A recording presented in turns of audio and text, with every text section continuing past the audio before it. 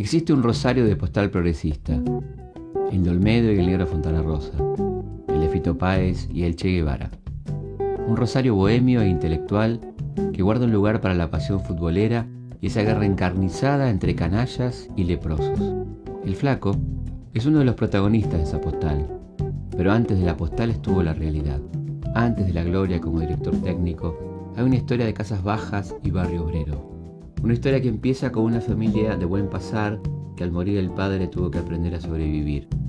Una historia que deportivamente arranca en un pequeño club del barrio allá en Rosario, en Fisherton. Acá no se trata de un fútbol o de otro, sino que con honestidad respetar las convicciones. Yo tengo mi convicción, la voy a defender a muerte. Este es el fútbol de Huracán, este es el fútbol que quise siempre, este es el fútbol que quiero para mi país. Si se da o no, no sé, pero en eso estoy luchando. Bueno, César, te quería preguntar cómo fue tu infancia en Fisherton, tu incorporación a Unión América y esas historias de infancia, ¿no? De infancia y fútbol y política un poco, ¿no? Mi infancia empieza desde un hogar acomodado. Es decir, digo acomodado, teníamos una buena casa, con buen jardín en un barrio muy especial. Un barrio donde no sé si era la época, se podía discutir utopías y sueños de distintos enfoques, ¿no? Pero siempre con algún compromiso social que existía hasta en las clases más pudientes. Claro. Todo eso hasta que muere mi viejo. Cuando muere mi papá, yo tenía 15 años, ya me transformo en el sostén de la familia, hijo único, con dificultades económicas, y empezamos a tener que alquilar la casa en verano para poder sustentar los otros meses. Y bueno, y ahí empiezo con las rebeldías, desde que yo con mi viejo había sido peronista, Claro. casi como hincha de Rosario Central, sin ninguna... Claro. Apostaba a la pasión y al sentimiento y a la entrega de mi viejo por las luchas políticas, ¿no? Y mi vecino era Florindo Moretti, un dirigente del Partido Comunista, muy querido en el barrio, muy defendido. Bueno, y ahí me voy formando y me hago futbolista profesional casi por necesidad, porque si mi padre hubiese vivido, no creo que hubiese llegado a jugar, porque me venían a buscar para llevarme a divisiones inferiores y mi viejo no lo permitía. Me decía, el fútbol es otra cosa, el fútbol es para divertir, ahí tiene la cancha, juegue ahí, pero eso... Yo estudiaba y bueno, cuando murió él empecé casi por casualidad a ser jugador de fútbol profesional. ¿En Unión América fue? En Unión Americana, era un club de barrio, un club social y deportivo, que lo Claro. que tenían de social eran los bailes, y deportivo jugaba al básquet, había cancha de bocha. Fue donde me relacioné con jóvenes colocados en la sociedad desde un puesto de lucha mucho más severo, ¿no? Y más comprometido. Ahí estaban los Ren, Agustín, que falleció, fue dirigente de la fraternidad, en el momento del golpe, el primer golpe de Aramburu Roja. Claro. Ahí salíamos a la calle. Estuve peleándome y discutiendo hasta el 59, 4 años, y ahí ya me afilié al Partido Comunista. Justo con la Revolución Cubana, digamos. ¿Te decidió la Revolución Cubana? ¿Tuvo que ver, digamos? No, me decidió más la gente, ¿no? Gremialistas, gente que entregaba la vida luchando por ideales, y eso me atrapó, junto con mi rebeldía de haber perdido a mi viejo, de sentirme muy solo también. Al año siguiente tras a Rosario Central. En Rosario Central también voy casi de casualidad. Yo soy hincha fanático de Rosario Central. Yo tengo 2 enfermedades, que soy rosarino hasta la muerte y soy hincha de Rosario Central. Ya en Rosario y el imborrable recuerdo de aquel recibimiento. Toda una ciudad y su pasión avalada por una historia futbolera que nos acompañó desde nuestra llegada al aeropuerto hasta nuestro nuevo centro de operaciones. De ahí al estadio, al viejo estadio que me había permitido alguna vez ser hombre de fútbol. Hoy maravilloso escenario en la búsqueda del pasaporte hacia la final de la Copa del Mundo. ¿Y por qué no podría ser el mismo estadio, hoy mucho más brillante, que me brindara la gran posibilidad de ser el técnico del equipo campeón del mundo? Bueno, y un día estoy en la Ciudad Deportiva y encuentro un profesor, un tipo que había sido profesor mío, y me dice, ¿cuándo vas a venir a Central? Porque me conocía de verme jugar en los partidos intercolegiales, ¿no? Y le digo que yo no podía, qué sé yo, bueno, yo tenía mis razones, yo estaba jugando en el campo y me pagaban, yo iba los domingos y ganaba 250 pesos por partido, que en el mes ganaba más que un tipo que laburaba, ganaba mucho más que mis amigos que laburaban en el ferrocarril, que arrancaban de 8 a 12 y de 2 a 6. Y Rosario Central, yo tendría que pagar para jugar en Central. Hasta que, bueno, me invitaron a jugar un partido amistoso, hice 2 goles, y después hicimos una práctica nocturna, yo jugué para la reserva contra la primera de Rosario Central, volví a hacer 2 goles y me llamó el presidente, que terminó siendo como mi papá. Y me preguntó si quería, ¿usted quiere jugar o no a Central? Y le expliqué lo que me pasaba. Bueno, hicimos un contrato, me dio 40.000 pesos y me pagaba 2.500 pesos por mes, jugué 6 partidos en reserva y empecé a jugar en primera división. Y dentro de aquel mundo futbolístico del comienzo de los 60, ¿cómo era la cuestión ideológica? ¿Se pensaba? ¿Había jugadores que pensaban parecido a vos? ¿O cómo era la cosa? Había más conciencia social en el jugador. Había más conciencia social en el jugador. Había un enorme compromiso por el equipo. Porque había otro sentido del orgullo de la representatividad, porque te guste o no te guste, el jugador argentino se forma en el barrio esquina contra esquina, claro. Y vos sos generador de tristeza y de alegría de ese lugar, estás representando a tu barrio contra el otro barrio, a Rosario Central, tu ambición económica empieza a surgir cuando te pasan los años, pero como sueño máximo llegar a un club grande.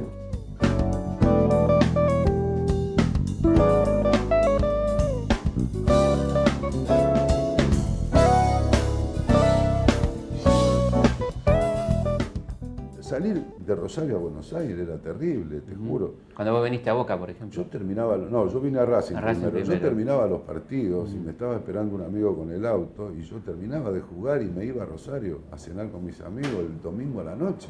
Después ya se me complicaba porque el viaje en auto era muy difícil, ya empecé a disfrutar de Buenos Aires desde otro lugar. Yo vine acá, ya tenía 24 años, era muy difícil cambiar. Ya. Entonces llegué en un momento muy difícil de Racing, donde no se pagaba, donde era casi imposible desde la conducción armar un equipo, solamente era la lucha nuestra de los jugadores por encaminar la conducción. Sufrí mucho, fue un año muy duro, muy difícil. Y teníamos un gran equipo, grandes jugadores, pero no había manera, no teníamos entrenador. Y ahí aparece Boca.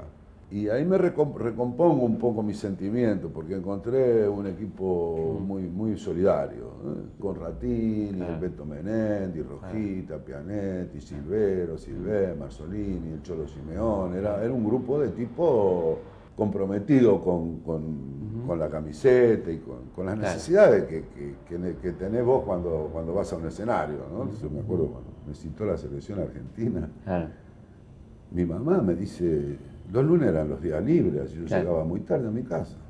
Y mi vieja me estaba esperando, me dice, vos sos loco, te están llamando de Rosario Central. ¿Para qué? Estás en la selección. ¿Cómo? Sí, tenés que viajar. Bueno, para hacerla más corta, a las 6 de la tarde tomo el tren, me llevaron los botines del utilero a la estación y llego a las 10 de la noche a Retiro. Imaginá, en Retiro tomo un taxi a River. ¿Sabes lo que es River a las 11 de la noche? No sabía por dónde entrar. Está todo el estadio cerrado, el equipo concentraba ahí. Empiezo a dar vueltas. Por ahí veo un señor, un viejito. Lo llamo y le digo quién soy. Me dice, sí, pibe, me abre una puerta, subo y estaba el técnico jugando las cartas con unos amigos. Me mira, me dice habitación 15. No me olvido más. Abro la puerta, el pelado Grillo leyendo el diario, con un cigarrillo fumando. Y buenas noches. Y yo me quería hacer el hombre. Claro, le molesta que fume, no, fume, pibe, fume. A todo esto yo suponía que me habían traído para suplente. Claro. Jugamos contra Uruguay.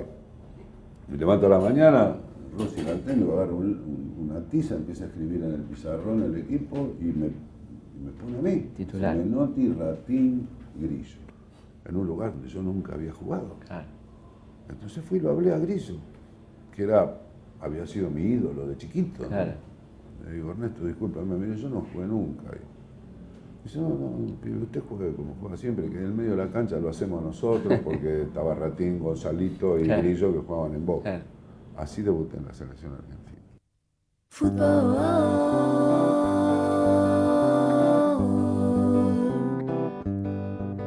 ¿Cómo fue aquel Huracán del 73? Y ese equipo tuvo todo. Ganó, gustó y goleó. Porque goleaba, metía de a 5 y de a 6 goles.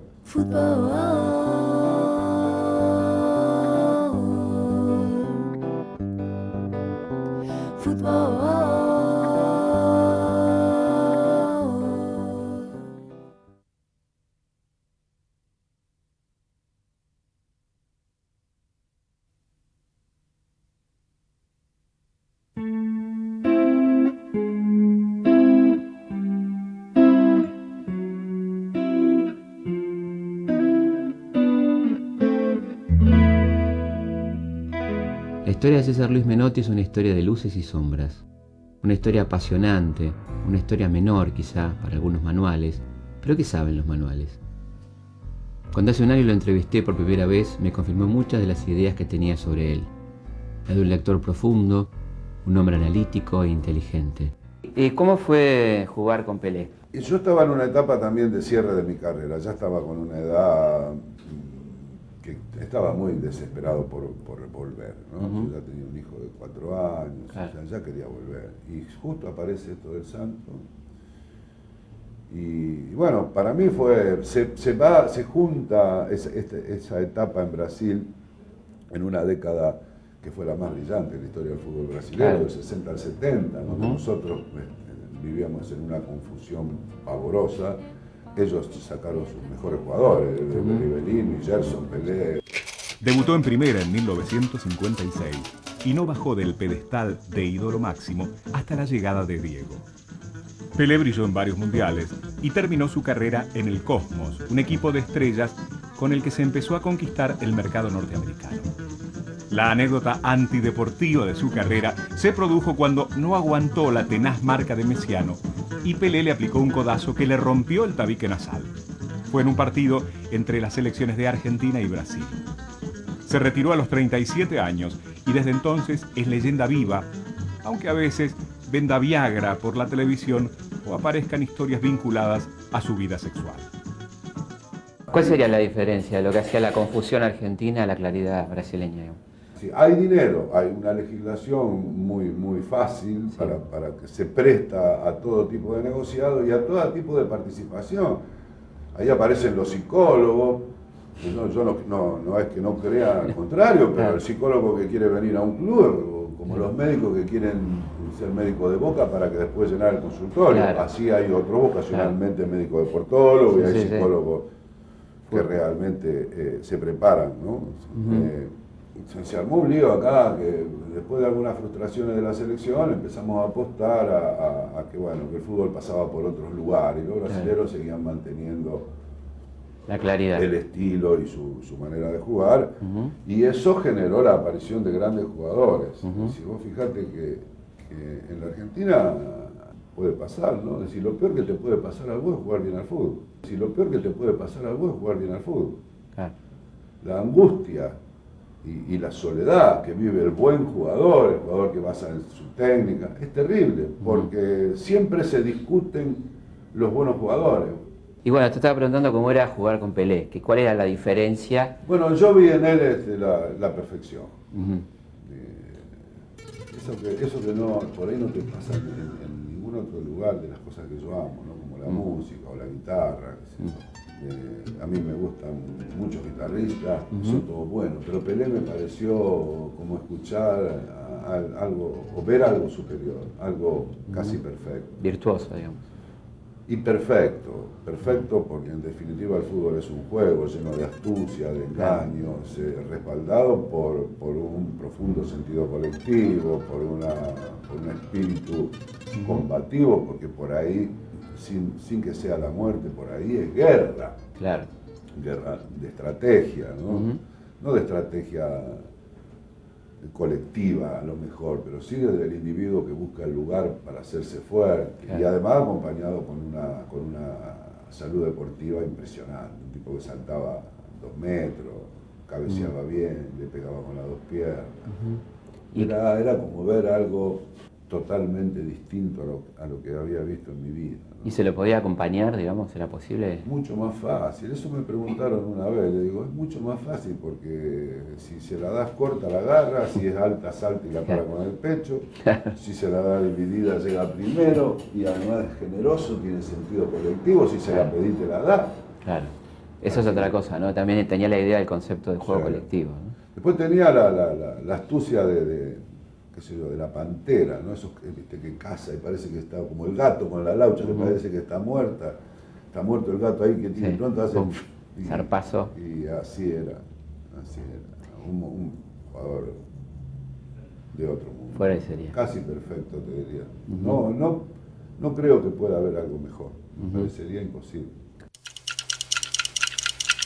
Menotti, que nunca fue peronista, dirigió el equipo por el que los jóvenes de la UES y de la JP íbamos a la cancha, el Huracán del 73, el equipo que representaba el lirismo, la belleza y lo popular. Mis equipos, hoy es Huracán, no sé si mañana podrá ser otro equipo, siempre voy a luchar para que mis equipos jueguen este fútbol, el fútbol que juega Huracán. Porque estoy terriblemente convencido que todos los equipos argentinos están capacitados para jugar un fútbol que dé espectáculo. Un fútbol ofensivo, un fútbol limpio, un fútbol así, alegre como el que juega Huracán. ¿Cómo fue aquel Huracán del 73? Te lo voy a decir sin ninguna vanidad, porque en definitiva uno es parte de un montón de cosas que se dan, un dirigente que te permite, 3 años de laburo, ir armando un equipo de acuerdo a una idea, horas de ensayo, porque el fútbol es como una obra de teatro y como una orquesta, ¿no? Se necesita un buen libro, buenos actores y mucho ensayo. Claro. Y en la elección de los buenos actores está la capacidad del director de decir, no, este papel es para fulano y no para mengano, a lo mejor siendo 2 buenos actores. Y yo fui armando así ese equipo. Nosotros en el 72 fuimos terceros, agregamos Houseman, ya en el 73. Y lo que yo siento es que, yo lo siento así, por mis amigos, que siempre le decían a sus hijos que se podía ganar jugando bien, cosa que estaba un poco desactualizada, mentira, que jugar bien. Importante es ganar, claro. Y ese equipo tuvo todo. Ganó, gustó y goleó, porque goleaba, metía de a 5 y de a 6 goles.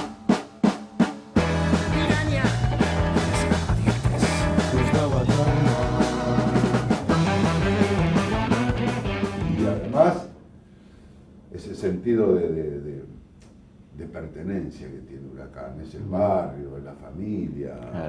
Cuando festejamos el campeonato, el 80% era mayor de 50 años. Claro.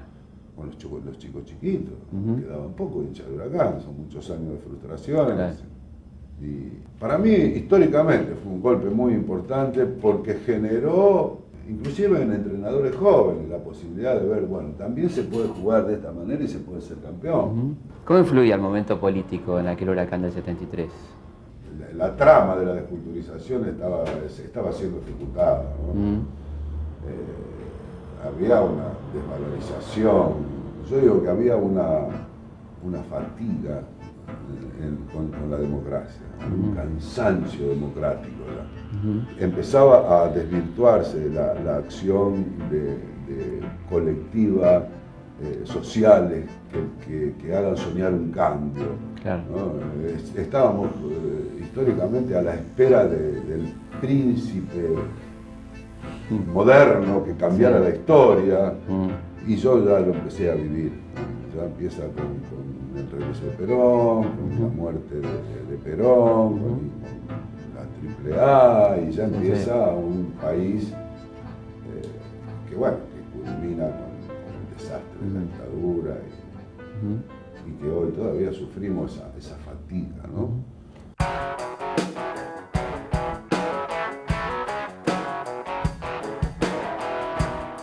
¿Cómo fue tu relación con Videla en aquel momento? Ninguno. Videla, nosotros lo vimos 2 veces. Y un día vino al vestuario y el preparador físico mío lo echó.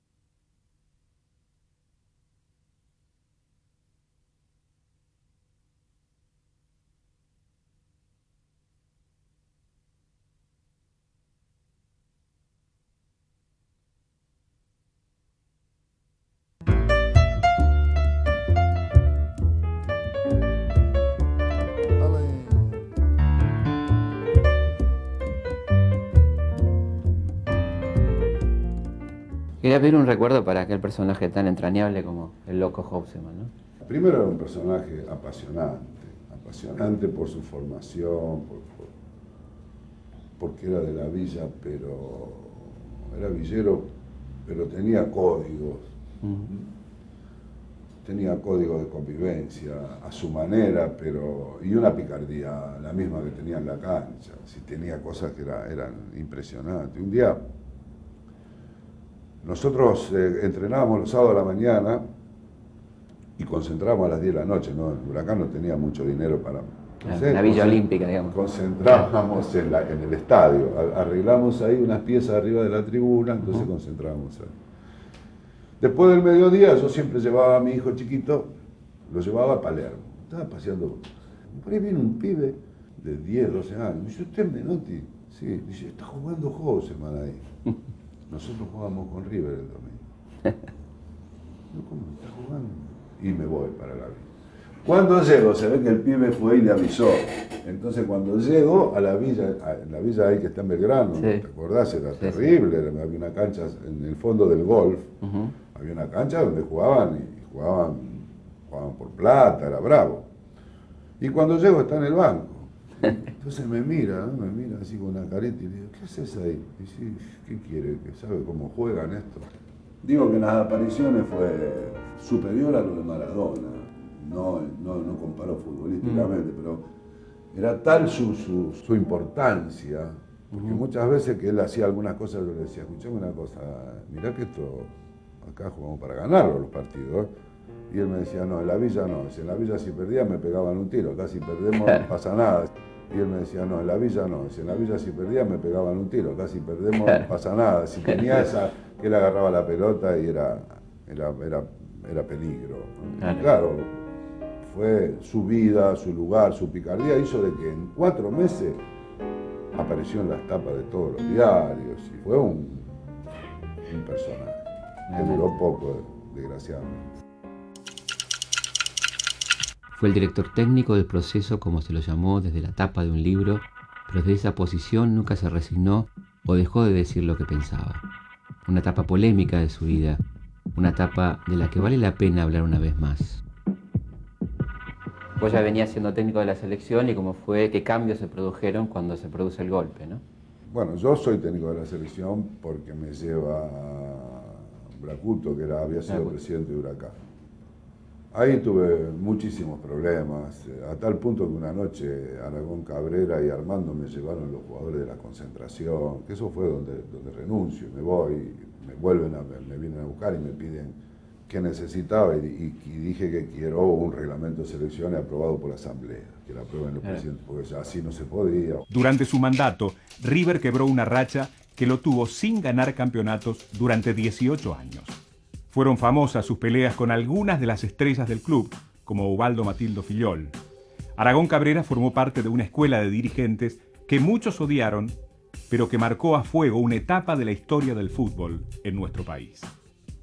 El Puma, el maestro, la fiera, fue el creador de lo que se conocía allá por los 70 como fútbol espectáculo. Armando fue una verdadera estrella del centenario Club Atlético Boca Juniors, que además se dio el gusto de actuar en política apoyando al dictador Alejandro Agustín Lanusse y al candidato que éste quiso imponer en el 73, Ezequiel Martínez, el presidente joven. Cuando dejó el club, Boca y River eran los clubes poderosos de la AFA. Bueno, la cuestión es que conseguimos eso y cuando viajamos estábamos en una gira, estábamos en Polonia, creo. Si estábamos en Polonia, nos enteramos del golpe de Estado. Cuando llego aquí, llego a mi casa, escribo mi renuncia y se la llevo al presidente. Cuando llego con la renuncia me dice, mire, yo no tengo nada que ver con la política, yo fui elegido por los presidentes de los clubes, acá no hay ninguna intervención, usted está aprobado por todos los clubes de fútbol argentino. Pues yo le planteaba que un técnico y un presidente tienen que tener un acuerdo de ideas, claro. En definitiva, él si no respalda el proyecto se va todo al diablo, tenés claro. que andar peleándote todos los días. Está todo aceptado, está todo aprobado. Bueno, pusieron a dirigentes de Gimnasia y Esgrima y a Julio Grondona en selecciones y seguimos trabajando para la selección durante mucho tiempo, con muchas dificultades. Bueno, establecimos ahí que los técnicos de la selección tenían que tener 3 años de contrato, si ganaban las eliminatorias. Es decir, hubo una conquista social con respecto a la profesión. Para salvaguardar la posibilidad de la selección nacional, con una simple ley puede que encontremos la solución. Pero el problema es mucho más profundo. Pienso que nuestro fútbol, primero lo quiero dejar aclarado, necesita una reestructuración profunda que haga que económicamente los campeonatos, al ser rentables, puedan las instituciones mantener a jugadores de real categoría. El respaldo de 12 partidos internacionales por año, hicimos partidos en la cancha de Boca contra los mejores, hicimos una tarea que sobre todo me parece que logró hacerle entender a los dirigentes la importancia de la selección nacional, una importancia que está ligada exclusivamente al fútbol y no empecemos a creer que es la patria, ni que la bandera argentina, ni que hay que cantar el himno como cantan ahora con el brazo en el pecho, eso lo hacían los mexicanos, ahora también lo hacemos nosotros. Increíble. ¿Vos discutías o tuviste discusiones con compañeros del PC en aquel momento sobre el tema del Mundial? Sí. No, sobre todo con la juventud. Y el hecho era de seguir tratando de decir las cosas que uno siente, nada más. Era una situación comprometida. Ahora, yo nunca dejé de decir lo que sentía. A mí me pasaron cosas muy lindas. Una vez en una radio Mar del Plata me pidieron un tema y le dije, Mercedes Sosa, si armó un lío, no la tenemos. Estaba prohibida, claro. Claro, entonces cuando terminó estaba un interventor que me parece que era de las Fuerzas Aéreas, no me acuerdo, en una radio Mar del Plata. Y me viene y me dice, ¿cómo me pide Mercedes Sosa? Una discusión muy dura. Y cuando salí de ahí, había un montón de pibes rockeros que me estaban esperando, que habían escuchado el programa. Zarrada, si yo no tenía nada que ver con el rock. La selección argentina comenzó su trabajo con algunos eslogans, entre ellos 2 frases que fueron fundamentales. Uno decía, de la única manera que podemos jugar bien es jugar limpio. Eso significaba mucho más allá del espectáculo en sí, sino jugar limpio con la pasión popular y en la profunda defensa de este espectáculo. Y la otra era, la selección será de todos o no será de nadie. Para lograr que la selección fuese de todos, había que establecer una corriente afectiva entre nuestros jugadores y nuestro pueblo. Había que ser algo así como embajador argentino en nuestro propio país. ¿Cómo era el clima que se vivía en la concentración allá en el 78? ¿no? Nosotros cuando llegamos lo primero que hicimos sacar al ejército de adentro, ¿no? No queríamos, digo que yo tuve un presidente que me acompañó a muerte, que yo no quiero ver soldados adentro, esto no es un campo de concentración, si quieren tomar vigilancia que la hagan afuera. Cuestión que lo sacamos. Es muy bravo un mundial, ¿viste? Para nosotros, es mucho porque la gente que te va a ver, nosotros en los micros se paraban la familia de José Cepaz con los hijos chiquitos la camiseta argentina y nos decían hay que ganar y por favor, y era una cosa dramática. ¿Viste? Mucha presión. Cuando vos jugás afuera es otra cosa.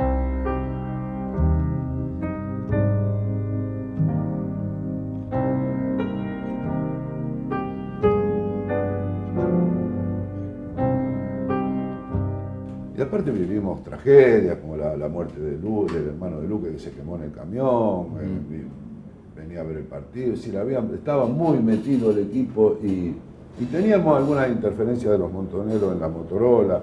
Y Gallego le contestaba, déjenos tranquilo, viejo, nosotros queremos ganar. ¿Qué le decían, por ejemplo? No, al chofer que se desviara, que no pasara por el hindú, porque estaban los italianos que iban a poner una bomba, una cosa de esa. Ajá. ¿Y Gallego le contestaba? Gallego le decía, che, está todo bien, dejen de joder que vamos a entrenar. Y cosas así, como un juego. Sí. Y yo sabía que no era un juego.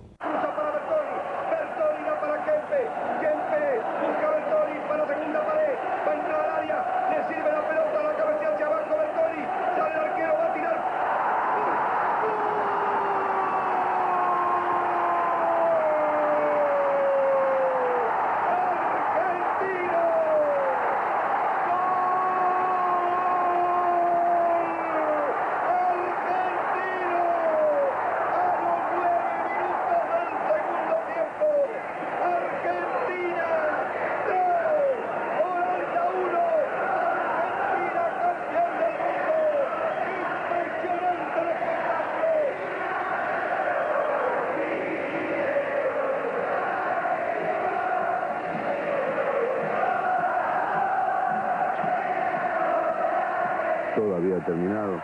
Palpitábamos, sí, el sentir de todo un país que nos había acompañado. Estábamos satisfechos por haber devuelto tanto afecto con este triunfo y vivíamos inconscientemente quizás la posibilidad de colocar a nuestro país entre los mejores del mundo.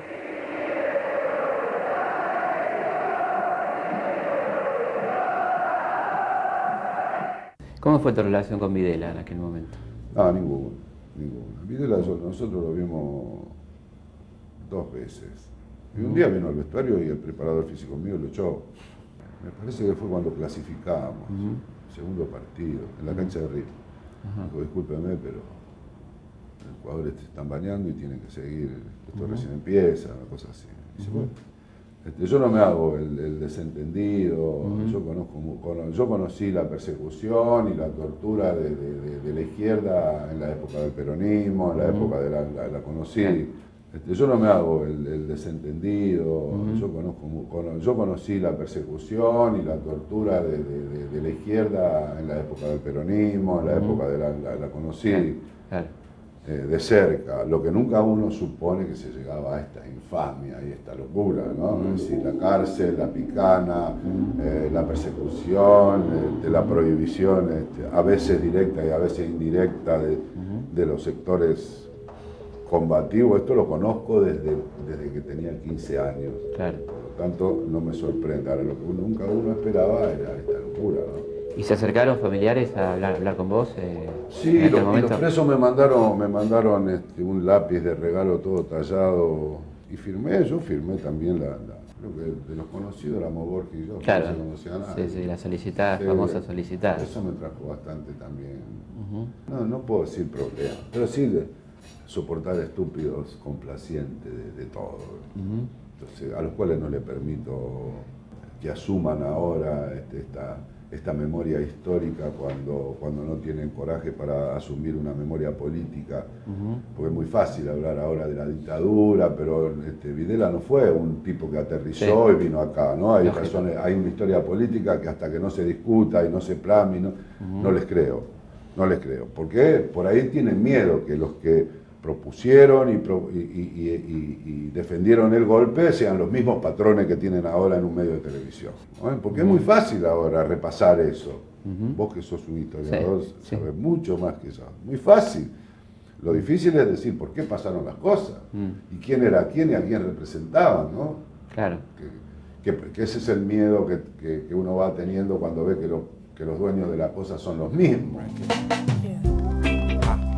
Classic material, refugee camp, hold tight. Y después con la crueldad del poder mediocre y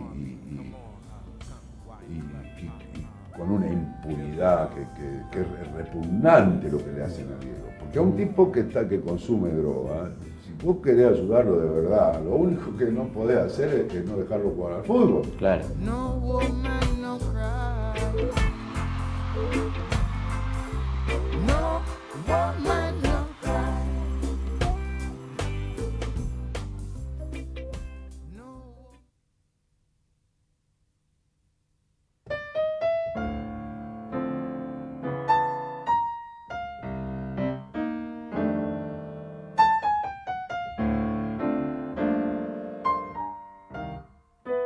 ¿Y cómo fue esta decisión de no ponerlo a Diego en el 78? ¿Cómo fue?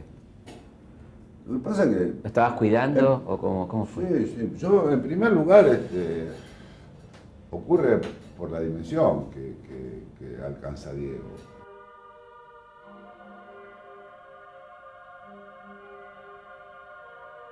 Esa dimensión que cómo no estuvo. Pero a mí me dolió mucho más los otros chicos, Botanís y Bravo, porque eran futbolistas que se les terminaba el sueño del gran escenario. Diego recién empezaba, tenía mundiales para jugar, pudo jugar. Si no hubiese tenido los problemas que tuvo, estaría jugando ahora. Claro. Entonces, es dura, pero de verdad me dolía mucho más por los otros. Mucho más por los otros que por él, que yo ya lo tenía en el juvenil, que en el 79 fue capitán del juvenil. Me parecía que era demasiado, 16 años, campeonato del mundo.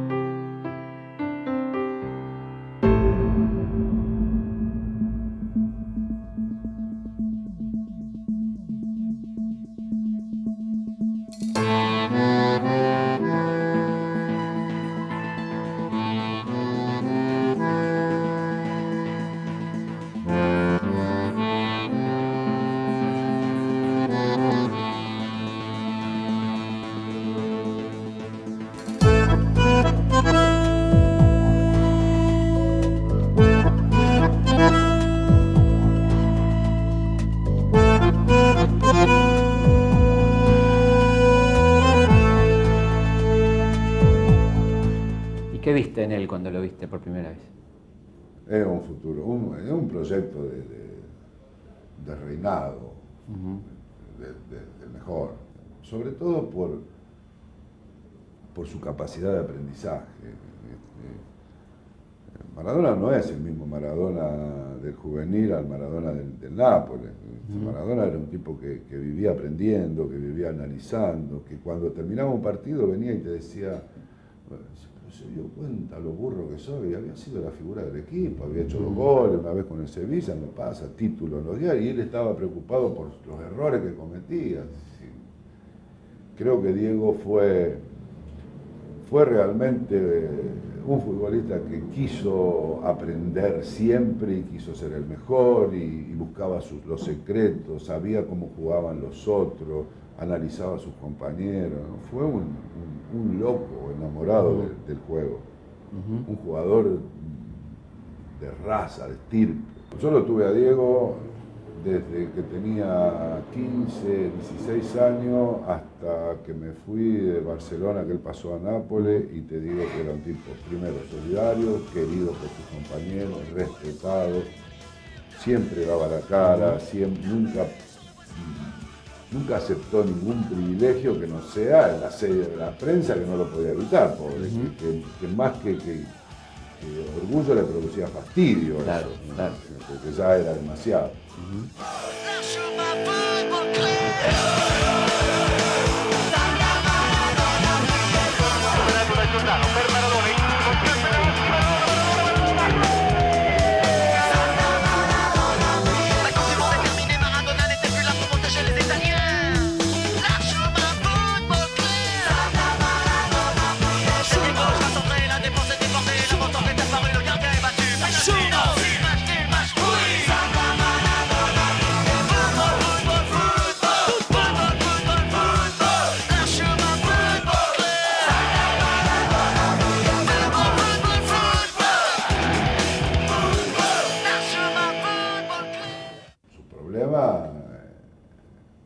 Empiezan después del 86, claro.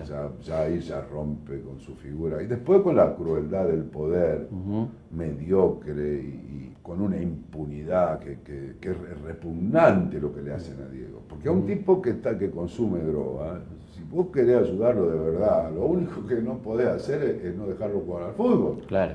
Pues imagínate, qué sé yo, no sé, vamos con eso, ¿no? Troilo o Piazzolla. Sacás el bandoneón. Le decís, bueno, vos ahora por 2 años no podés tocar el bandoneón. Una cosa terrible. Cuando yo digo, son tan vanidosos esos poderes que ellos sí tenían envidia del poder de Diego. En Italia, él cuando empieza de la lucha del norte contra el sur y dice los napolitanos, esas cosas que dice Diego, ¿no? Claro. Termina con esto, cuando da positivo, digo, bueno, si vos lo querés ayudar, hay miles de cosas. Si yo hubiese dicho, bueno, ahora a partir de este momento tenés que ir a entrenar, no sé, a Platense. A la 4ª división a las 8 de la mañana para que vea cómo vienen los chicos, para que te acuerdes de lo que sos, qué sé yo. O el jueves tenés que ver a un psicólogo, el viernes te hacemos un antidoping y el domingo jugás, qué sé yo, ¿no? Es decir, prepararlo para que siga jugando. Yo creo que ahí lo condenan. Lo condenan de una manera, con una crueldad, dándole 2 años de suspensión a un tipo que sentía y vivía el fútbol como Diego. Es criminal lo que le hace, es criminal. Y yo creo que ahí él entra en una depresión muy grande y eso se queda vacío de regreso. Claro. No hay lugares donde volver cuando vos no podés hacer lo que te gusta. Como en el fútbol, ¿no? También no podés volver, claro. Entonces después encima le vuelven a dar otro mazazo fatal en la selección argentina. Como siempre, los medios están muy preocupados por pretender hacer las cosas apenas interesantes e importantes. Entonces se desesperan por si Tevez tiene novia, pero no se desesperan de pensar por qué le pasan las cosas que le pasan a Tevez. Hay además un componente muy clasista en esto, ¿no? O sea, que como que Tevez por ser un villero no tendría derecho a ese tipo de cosas, ¿no? Hay un poco una mirada así también. también. Hay una utilización de la figura del campeón, ¿no? Esa utilización la manejan los dirigentes, que les gusta salir al lado del crack, porque en definitiva es el que le genera poder. La explosión de Argentina aparece con Maradona. Claro. Ya Argentina no valía fortuna, porque ver a Maradona era difícil, entonces lo veían en el Nápoles, en el campeonato italiano, pero con la selección ya empezó a tener otra cotización, la selección valía fortuna, estando Maradona, ¿no? ¿Vos hablaste mucho con él después de esos problemas? ¿O no, muy poco. No, una vez, algunas veces yo me daba cuenta que yo no podía hacer nada por él. Me daba cuenta que yo no podía hacer nada por él. Hay límites, yo no soy ni psicólogo ni psiquiatra. Yo creo que hay temas que hay un momento que debe admitir, reconocer lo que le pasa, pero a estos personajes se los maneja con una crueldad despiadada, mediática, de una utilización política. Los invitan a estos banquetes, ¿no? Del poder. De clase, los sientan ahí y le hacen creer que él es uno de ellos, claro. Y al revés, lo están mirando a ver cómo es el monito que logra lo que logra.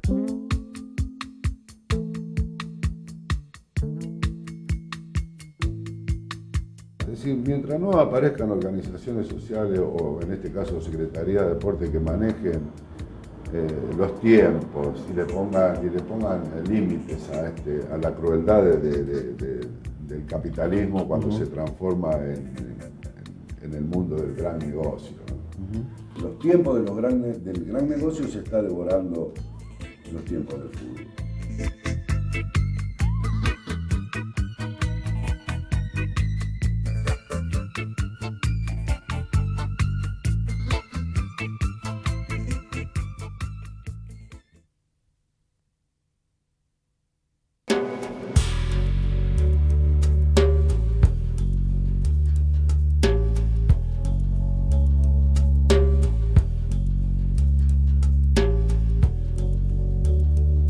Félix Luna dice que todo es historia, y en este caso no se puede negar. El Flaco es la historia de un estilo de fútbol que se niega a morir, pero que está cercado. Cercado por los monopolios mediáticos, cercado por el resultadismo, cercado por jugadores que son más modelos publicitarios o atletas que jugadores de una idea de fútbol, de un romanticismo que va a contramano de estos tiempos. ¿Y cómo ves el fútbol hoy, esta fútbol empresa y toda esta cosa que se ve en el mundo y en Argentina, ¿no? Es decir, mientras no aparezcan organizaciones sociales o en este caso Secretaría de Deporte que manejen los tiempos y le pongan límites a la crueldad del capitalismo cuando se transforma en el mundo del gran negocio, ¿no? y se torna peligroso. A mí no me asustan dentro del sistema la palabra negocio, porque en definitiva vivimos Sí, sí. del negocio, decime lo que ponés, que pongo yo y cómo repartimos. Me parece que los tiempos del gran negocio se está devorando los tiempos del fútbol. Y cuando no se cumplen los 4 conceptos básicos de toda organización colectiva, ¿no? Que es entrenamiento, ensayo, competencia y descanso. No hay otra alternativa. Cuando no se cumple uno de esos, y hoy es imposible, hoy no se puede entrenar porque hay que competir. Tampoco se puede ensayar mucho porque no se entrena demasiado. Se compite y no hay descanso, por lo tanto vuelven a interrumpirse. Tampoco se hace un equipo de fútbol con la chequera, se hace entrenando y ensayando. Entonces tampoco se hace un equipo de fútbol con la chequera, se hace entrenando y ensayando. Y teniendo un libro escrito, una idea de la eficacia, sobre esa idea se trabaja. Y además el fútbol hay que ganar. Claro. Que evidentemente nos preparamos para eso, porque es una competencia y porque los partidos se ganan. Se ganan desde una idea, se ganan desde eso, desde los ensayos. Y eso veo que la selección argentina está tan expuesta como cualquier otra selección, o más, por la diferencia que hay que nuestros futbolistas están en Europa. Claro. Entonces ensayar significa 14 horas de vuelo. Compiten en sus torneos, es difícil, es muy difícil. Esta profesión te dio algunas cosas, unas oportunidades muy lindas, como conocer a gente como Paco de Lucía, como a Serrat. ¿Y qué recuerdos? A Cortázar, ¿no? Cortázar, yo publiqué un libro en España de Musni, donde le publicaban a Cortázar. Yo siempre iba a comer con el viejo, ¿no? Fallecido. Y un día llego a un restaurante chiquito, italiano que hay en Barcelona, y veo a un tipo ahí que realmente me impresionó.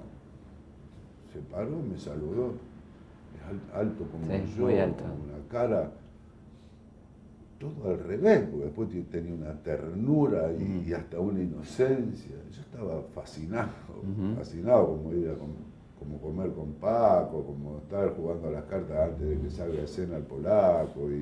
¿Eras amigo del polaco? Sí. Y el polaco me enseñó una cosa que si la cuenta a mis jugadores. Dale. Un día él debutaba en un local nuevo, que estaba en Alvear y Callao, una cosa muy rara. Barrio Pituco. Sí, pero se ve que alguien pero no habían hecho ninguna publicidad, nada. Yo sabía porque era amigo del polaco, que cantaba ahí. Entonces a la noche vamos y estábamos charlando ahí, el lugar era maravilloso. Y viene el productor, el dueño, y le dice: polaco, vamos a tener que levantar. Hay 200 personas. Lo miró y dijo: 200 personas son mías. Claro. Esos son míos, para ellos voy a cantar hasta las 3 de la mañana, vos sos loco, como diciendo, estos tipos vienen, estos son los que averiguan. Entonces cuando yo voy a una cancha y veo que hay, les digo a los jugadores, les cuento lo del polaco, esos que están ahí, esos son de ustedes, tienen propiedad, ustedes les pertenecen, y ellos a ustedes, estos vinieron a verlo a ustedes, no importa si hay 50.000, aunque haya 10. Dante Panzeri decía que el fútbol es la dinámica de lo impensado. Hablar con el flaco también lo es. Su discurso no es mecánico, es rico, es fluido, es atrapante. Un hombre sensible, protagonista de una bohemia del pasado, con el cual uno no se cansa de hablar de fútbol, es decir, de la vida misma, porque se juega como se vive. Me parece que soy de la quinta que vio el Mundial 78. Me tocó crecer viendo a mi alrededor paranoia y dolor. La moneda cayó por el lado de la soledad otra vez.